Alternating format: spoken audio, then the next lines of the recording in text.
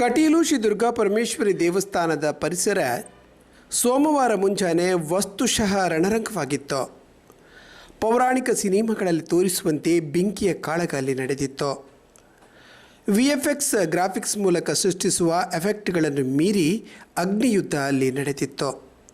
ಹಿಂದೆ ಟಿವಿಯಲ್ಲಿ ಬರುತ್ತಿದ್ದ ರಾಮಾಯಣ ಮಹಾಭಾರತದ ಯುದ್ಧದ ಸಣ್ಣ ಝಲಕ್ ಕೂಡ ಅಲ್ಲಿತ್ತು. ಇದು ಜಾತ್ರೆಯ ಕೊನೆಯ ದಿನ ನಡೆಯುವ ಭಾರೀ ಕುತೂಹಲದ ತೂಟೆದಾರ ಸೇವೆಯ ದೃಶ್ಯ.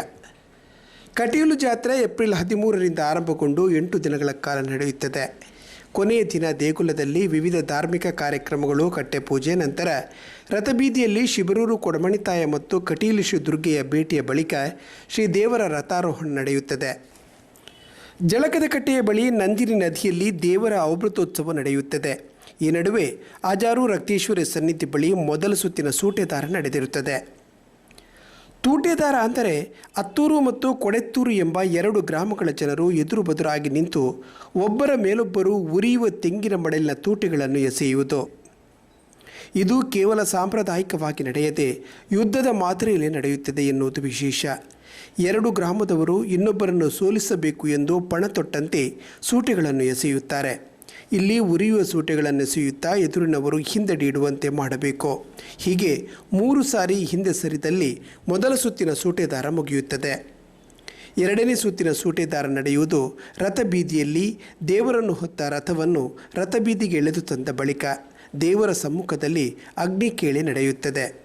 ಇಲ್ಲಿ 3 ಸುತ್ತು ಹಿಂದೆ ಸರಿದ ಬಳಿಕ ಯುದ್ಧ ಮುಕ್ತಾಯವಾಗುತ್ತದೆ.